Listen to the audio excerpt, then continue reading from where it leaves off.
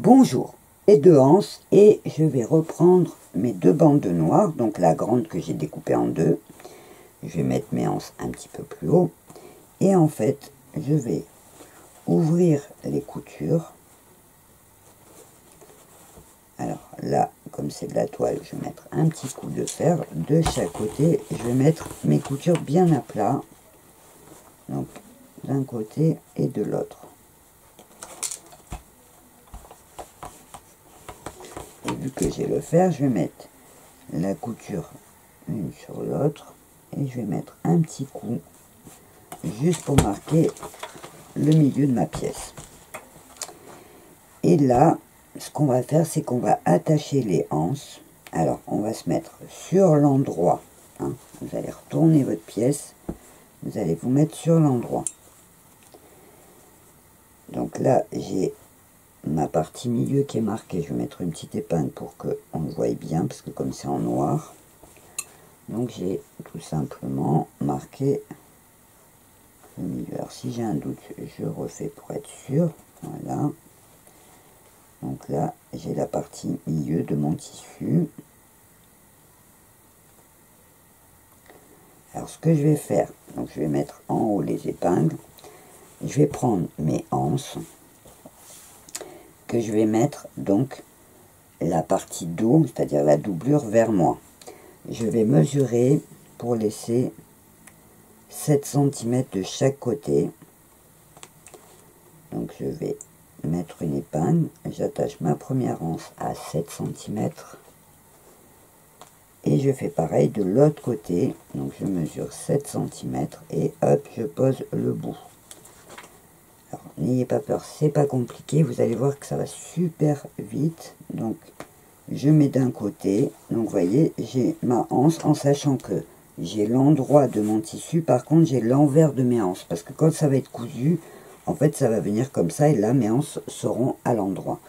Donc j'ai un côté, alors je fais attention, il vaut mieux mettre deux épingles, parce que sinon elles ont tendance à bouger, et elles risquent d'être penchées pendant la couture. Donc par sécurité, on met une épingle de chaque côté, pour bien tenir sa anse droite.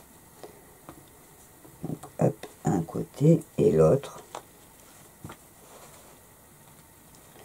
Et là, je vais simplement retourner et je vais fixer l'autre anse à la même hauteur. Vous voyez, donc là j'ai la marque. Donc toujours pareil, j'ai l'endroit du tissu et je mets ma anse sur l'envers. Je mesure donc mes 7 cm ou je m'applique en touchant. Et hop, je fixe avec deux épingles le bord de ma anse sur le bord du sac. Vous voyez, hop, hop. Je fais pareil de l'autre côté. Donc 7 cm, je pose la anse et je fixe. Donc là, c'est vraiment de la préparation, mais c'est pas difficile non plus. Donc là, hop. Et là, hop. Et là, ce que je vais faire, je pense qu'il y en a beaucoup qui ont déjà deviné, je vais prendre ma deuxième bande. Je vais juste ouvrir les coutures. Je la laisse sur l'envers, j'ouvre mes coutures.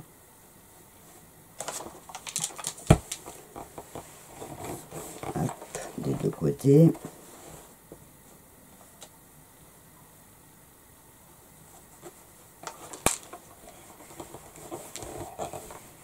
Voilà.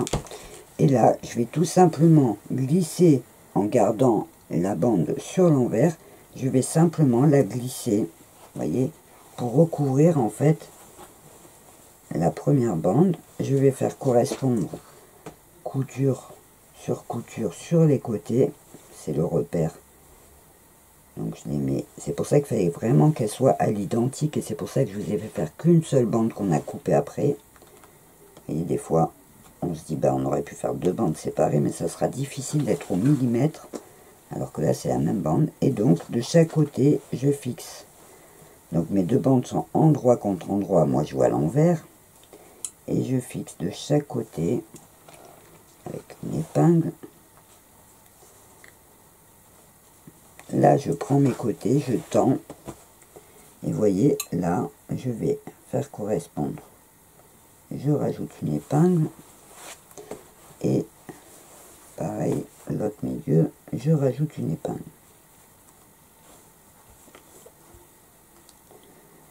Et là, ce que je vais faire, c'est que je vais simplement faire une couture au bord à 1,5 cm et je vais faire le tour de ma pièce tout entière. Donc, vous voyez, à 1,5 cm, hop, je couds tout droit et je fais tout le tour de la pièce. J'ai cousu tout simplement, donc j'ai la couture avec les anses qui sont en bas et en bas, j'ai donc mes deux bandes où il n'y a rien du tout, c'est là où on va accrocher le sac. Donc là, je vais enlever les épingles. Alors, je vais enlever les épingles des côtés. Et ce que je vais faire, c'est que je vais retourner, vous voyez, je vais tirer comme ça. Alors, je vais enlever toutes les épingles de mes anses, puisqu'elles sont cousues entre les deux tissus, ça ne peut plus bouger. Donc là, j'enlève tous mes épingles.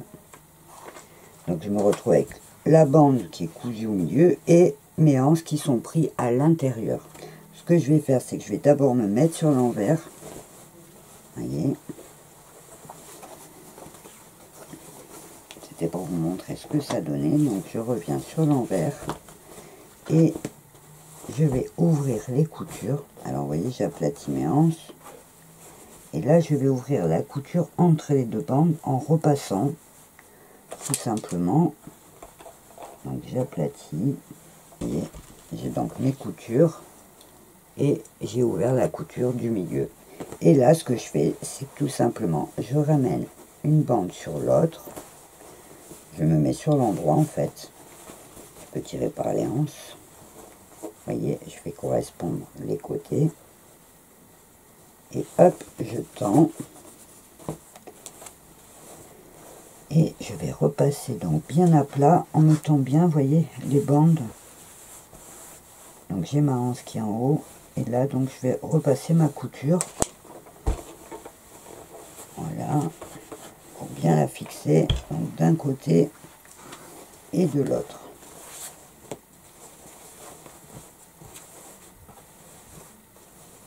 J'écarte, je mets bien les deux tissus ensemble. Je tends et je repasse pour aplatir.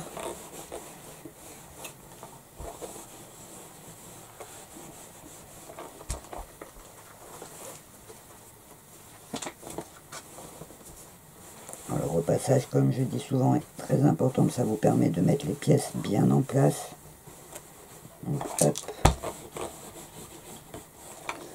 Voilà, donc là, vous voyez, on a la partie, si je mets comme ça, on a la partie du haut du sac. Donc sans couture au bord, c'est propre. C'est-à-dire qu'on ne voit pas, hein, c'est doublé à l'intérieur. Et avec les anses qui sont prises dedans. Donc là, moi je vous conseille de faire une petite piqûre à 1,5 cm tout autour pour bien fixer les tissus ensemble pour pas que le bas bouge.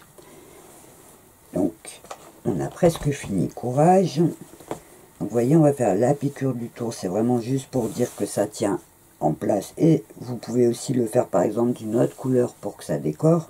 Dernier petit coup, je vais mettre bien à plat, donc j'ai ma couture qui est fixe. Voilà, qui fixe mes bandes. Et ce que je vais faire, c'est que je vais repasser. Je vais bien tendre, je vais bien repasser. Et vous voyez là, j'ai un tissu qui sort un petit peu, donc je vais recouper pour faire bien droit.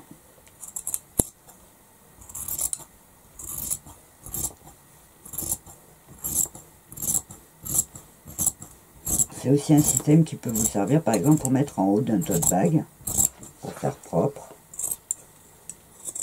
Et le principe en fait c'est de faire la ceinture et d'incorporer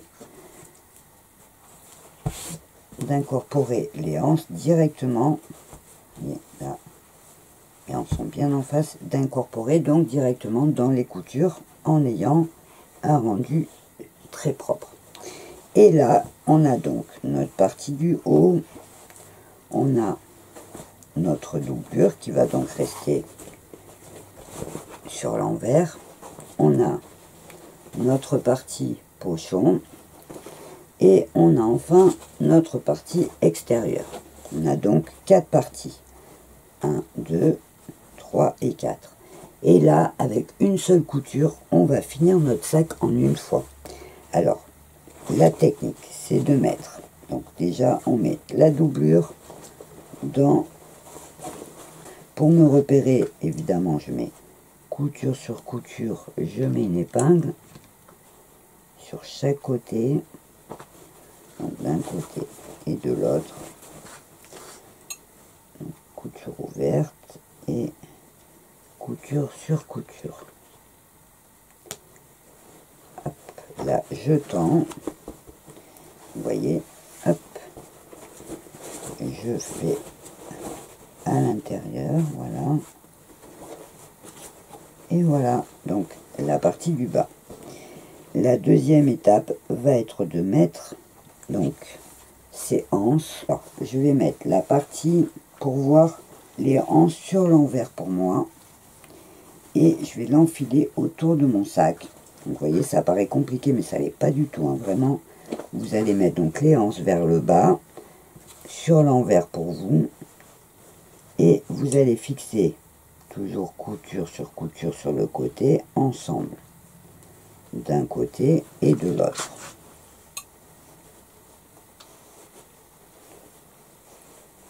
Voilà.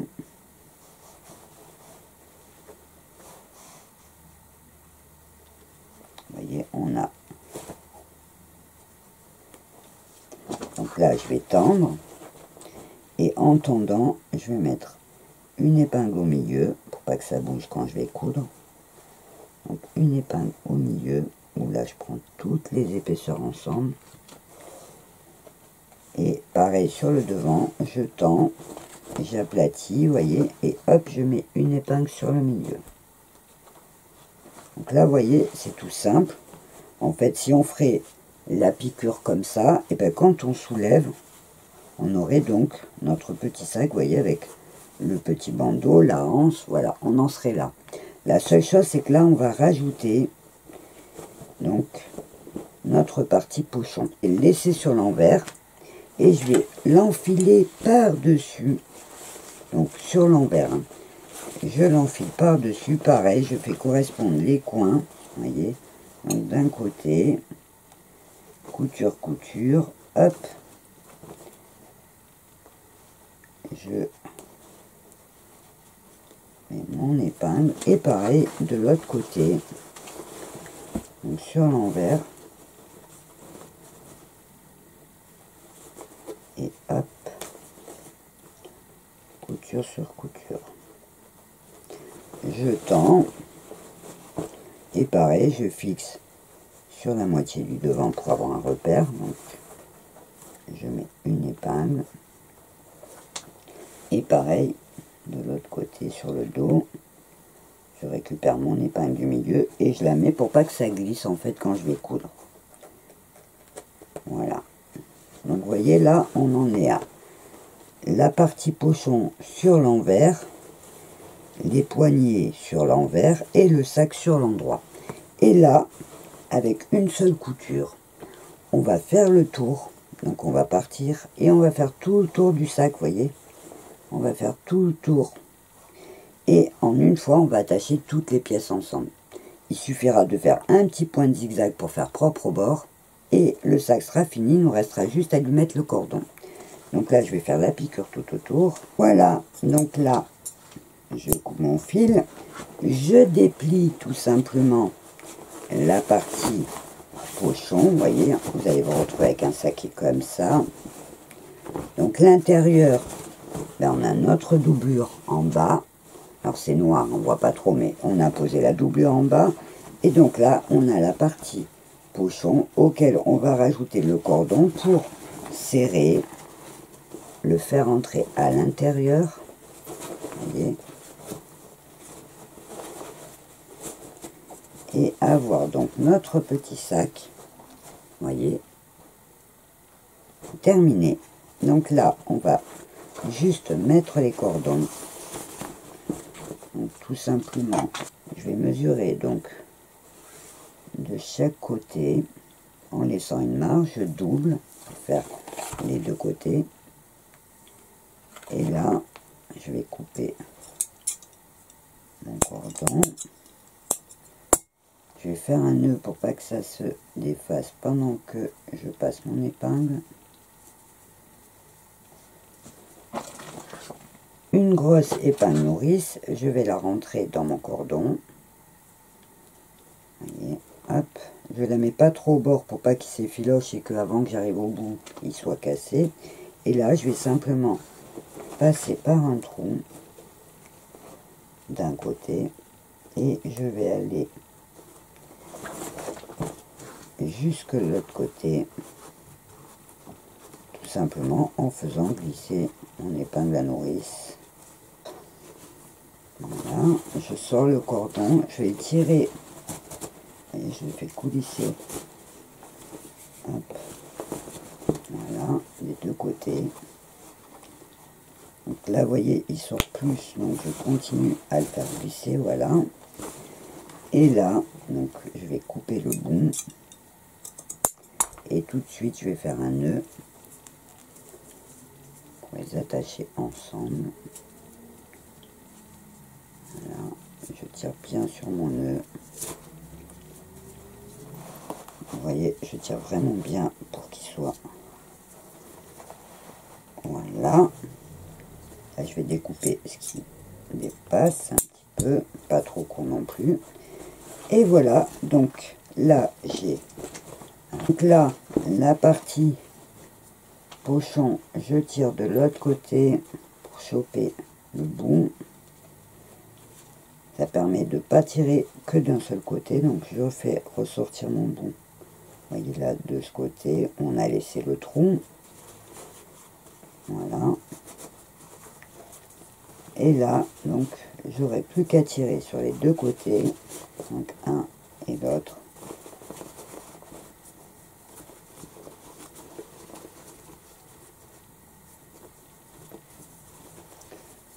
Donc là, hop, je peux glisser le tissu des deux côtés et à faire un nœud, vous voyez, comme sans faire un, voilà, pour que l'intérieur du sac soit fermé. Et on peut dire donc que notre petit, donc au départ, lunch bag, mais qui va donc moi me servir à mettre les petites affaires du petit chien. Alors, pour bien finir, moi je vous conseille de rajouter, comme je fais sur tous mes sacs, un fond en carton dur. Donc vous allez prendre la mesure de votre fond. Donc moi, ça fait 35 sur 12. Donc je découpe le carton de récupération dans le sens de la longueur. Vous voyez, il y a des traits dans le carton. Et en fait, ça sera plus rigide si votre fond il est comme ça que si vous le coupez dans ce sens-là, puisque ça va prendre la forme et ça peut faire arrondi. Donc là, je prends tout simplement le tissu. Alors vous pouvez prendre par exemple, moi je vais faire le dessus en marron. Comme ça, ça décorera le fond. Et je vais prendre vraiment les chutes qui restent. Si ça rentre, celui-là il est trop petit. Voilà, celui-là il rentre. Donc je vais simplement poser, vous voyez, comme ça, mes deux tissus ensemble, endroit contre endroit, et je vais tracer donc à la craie. Alors le truc c'est de faire un côté, je trace, je fais le bout, et par contre je vais déplacer d'un demi-centimètre pour que ma pochette soit un tout petit peu plus large pour que le carton rentre bien, parce que comme c'est un petit peu épais le carton, si je fais pile la même mesure, ça va pas rentrer. Donc là, bah, tout simplement, je fais une pochette. Donc hop, je coupe de chaque côté. Je vais faire la piqûre tout autour. Donc là, j'ai juste à couper les angles pour que ça se retourne bien. Je retourne la pochette. Et hop. Et je retourne, ça fait une petite housse en fait.